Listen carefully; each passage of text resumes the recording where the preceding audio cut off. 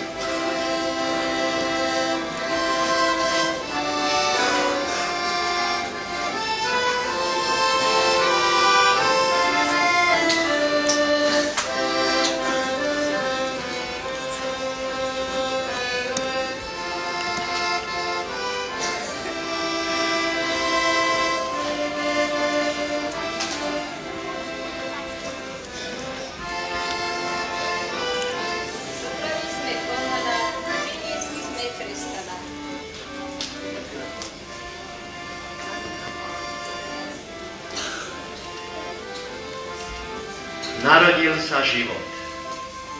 Na našej zemi malej osade takedy nazvanej Krestura, tu sa narodil človek. Život i tu u nás sa pred niekoľkými stovkami rokov začal odvíjať. Ako žil tento malý človek, ako vyrastal, zostarol a zomrel. Koľkokrát sa tento život znovu a znovu rodil, aby prežil až po dnešný deň. Narodenie. Na dedine bola babica, ktorá chodila k rodičkám. Tá chodila po narodení dieťa kúpať a kde dostala viac výslužky, chodila 2 až 3 krát za mesiac. Ale keď dostala málo, tam prišla len približne 2 až 3 krát. Keď babica po narodení dieťa kúpala alebo vyberala z kúpeľa, tak ho aj očarovávala. Dieťa mohlo ísť na krst po 3 dňoch, ale chodilo aj po týždni. Hlavne však bolo, aby v prípade smrti nezomrelo ako boha.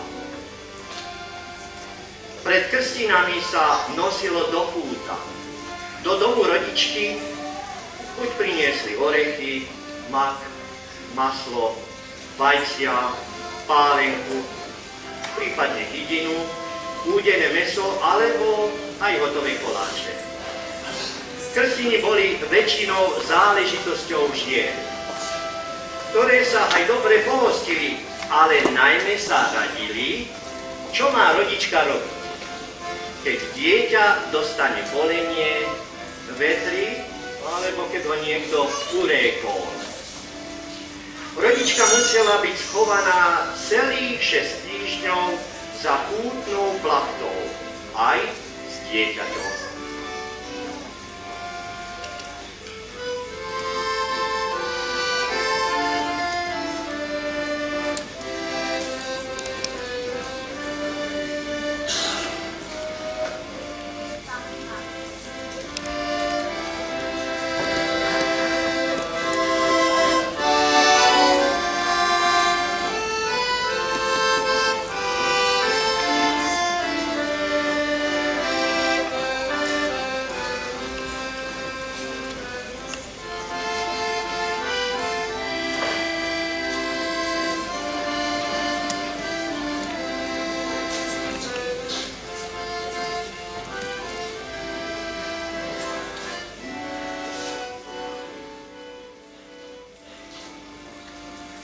Nakedy sa deti hrávali pri pasení husí.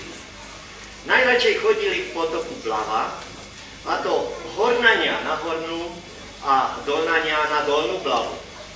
Hrávali sa aj za humnami v tzv. Tálingoch. Potom hliníku a neskôr štácijské deti pri železničnej stanici.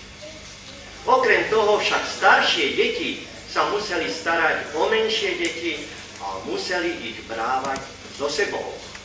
Vodili ich všade so sebou. Pásť husy, s obedom na rolu a podobne. Nuž a detičky pri rôznych hrách sa učili od starších piesne, riekanky i tance. A dnes vám zatancujú Zlatú bránu, Pánska stolica, Pod bučkom, Ide had z túry. Detičky, môžete začať.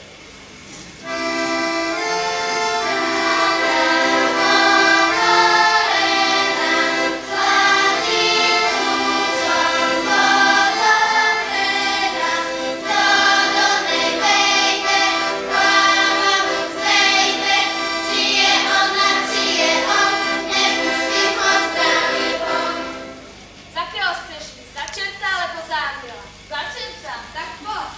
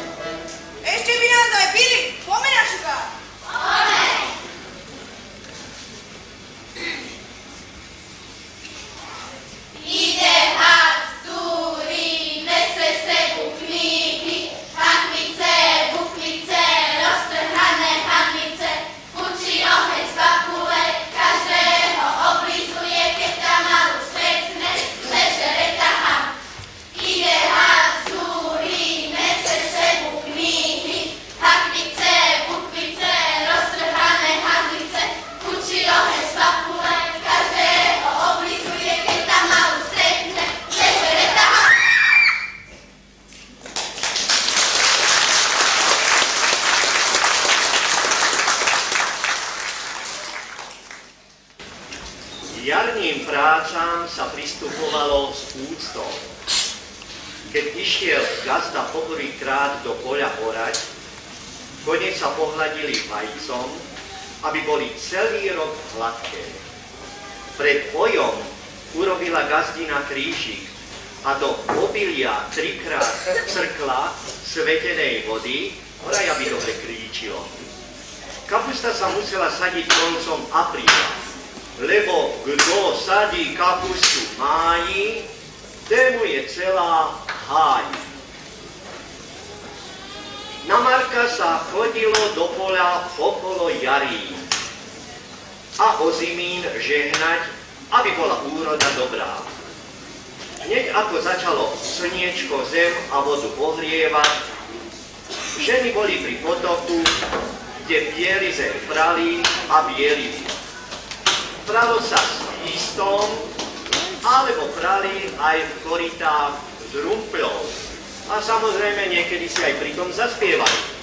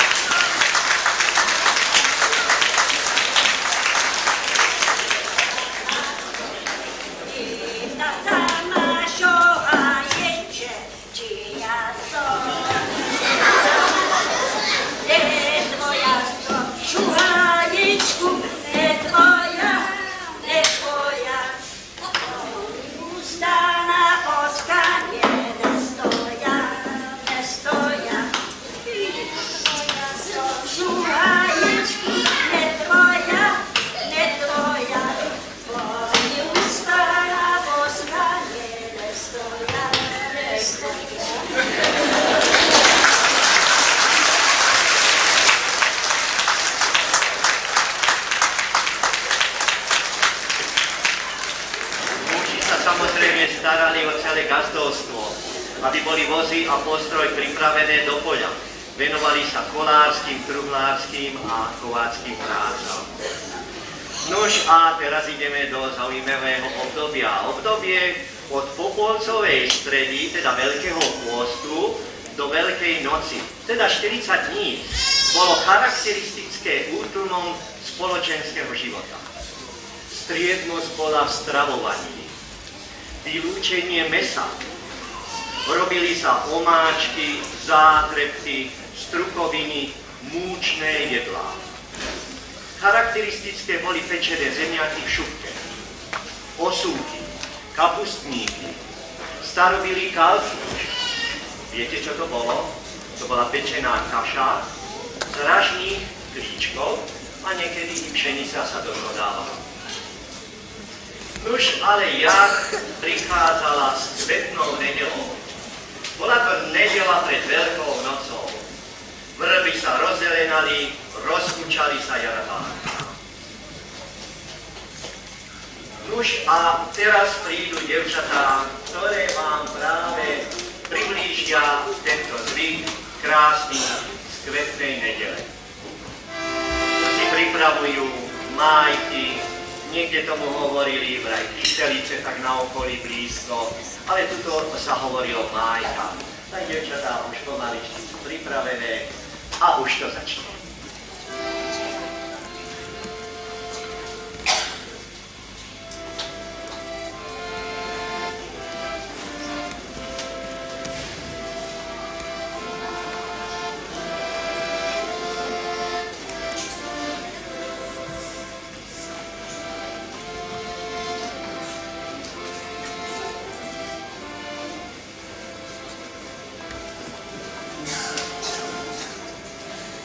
No a ešte treba pripomenúť, že do poludňajšej procesii z vysviackou jarabátok sa po omši mladé dievčence vybrali po dedine jarbúdať, spievať. Niektoré niesli ozdobený konár z vrby a vítali jar, za čo dostali aj po šestáku, alebo vajíčko a samozrejme niekedy koláčik. Tak, a už ide kvetná nedeľa.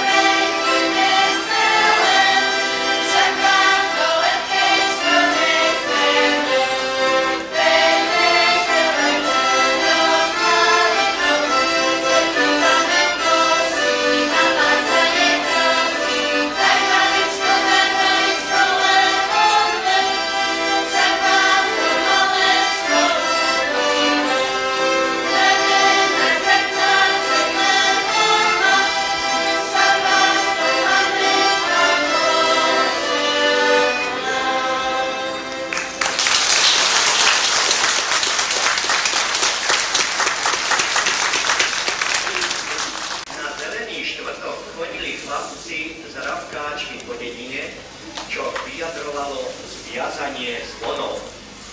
Na Veľký piatok sa ženy a devčence chodili umývať do tečúcej vody v potoku, lebo táto mala ochrannú moc proti chorobám. Ani na Bielu sobotu sa nepracovalo. Zvony mlčali a pred kostolom pálili Judáša. Bolo to pálenie ďarabátok a ten popol sa potom používal na popolcovú stredu.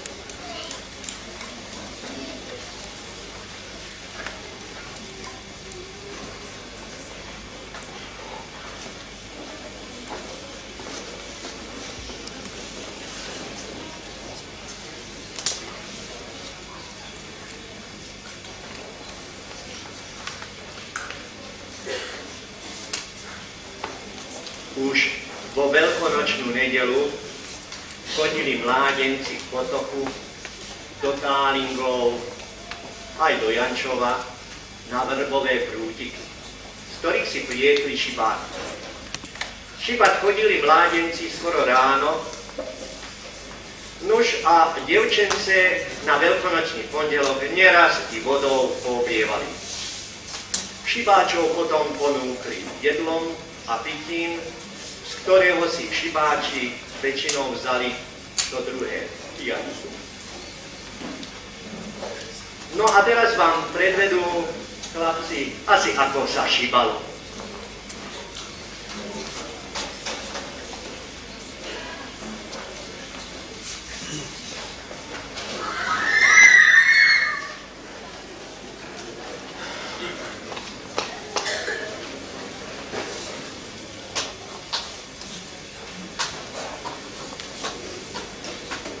Dievčatá za odmenu na šibáky im stužky dávajú a chlapci, povedzte, čo ste akú rečnovanku hovorili, keď sa šibalo, viete ju?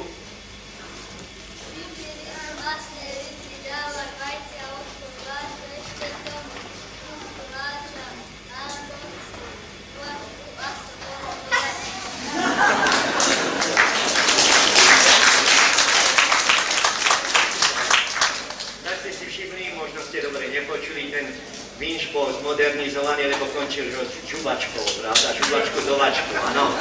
Takže samozrejme v minulosti žuvaček nebolo, takže ani to do toho vinča nepatrilo. No a 1. máj.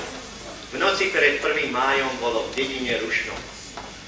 Mládenci sadili máje pred domami svojich vyvolených dievčat, iní sadili máje pred šenkom, kde sa im šenkár s pálenkou odmenil.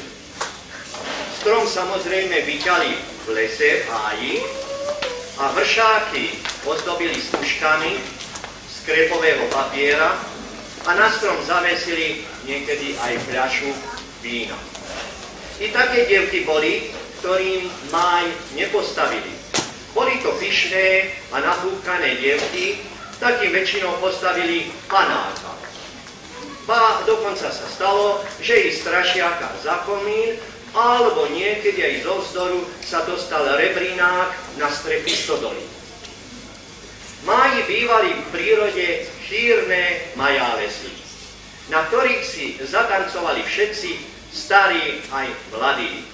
A teraz ideme ten 1. máj osláviť.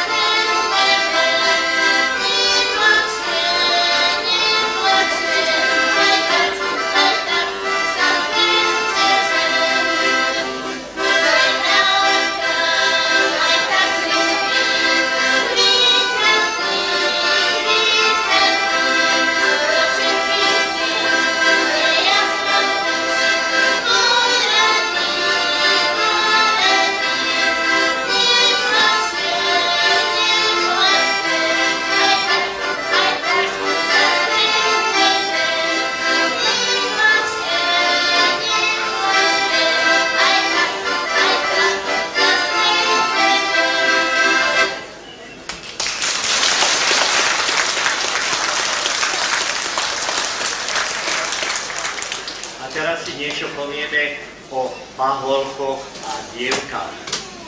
Chlapci sa začali paholčiť, keď vyšli zo školy. Teda po dovršení 15 a 16 rokov, keď robili doma na gazdovstve alebo sa učili remeslu. Robili ako nádeníci na veľkostatkoch, slúžili u gazdu alebo niekde inde. Avšak po nociach, po 8. večera po zábavách nesmeli chodiť. Na to dávali starší ľudia ako hlásnici, boženíci a služobníci obce veľký pozor. Až keď dovršili 18 rokov, mohli sa z nich stať ozajstní paholci. Z dievčaťa sa stala dievka od chvíle, keď vyšla zo školy a matka jej nový ručník kúpila do kostola, aby sa mohla popíšiť na prvej procesii. Dievky pomáhali na gazdovstve. Robili na poli, chodili slúžiť alebo vyšívali na zárobok. Na muziky chodili veľmi radi. Stáli väčšinou v kúte alebo v lúčikoch. Volakedy si tak volali mládenci dievky do tanca, že zakýval prstom na tú, ktorú si zvolil, a veru sa stalo, že sa pohli aj 3 dievky. Tu sa začali mladí frajerčiť a do zábavy svoju milú vyprevádzali domov. Než bola svadba, s ktorou museli hlavne rodičia súhlasiť, najprv celú zedzinu reči obešli, ktoré to schvalovalo, alebo mladý pár ohovárali, dokonca sa pokúšali zväzotky rozbiť. Menšie deti na zábavy chodili iba pod okná, nakúkať a radi starších vo svojich hrách napodobňovali.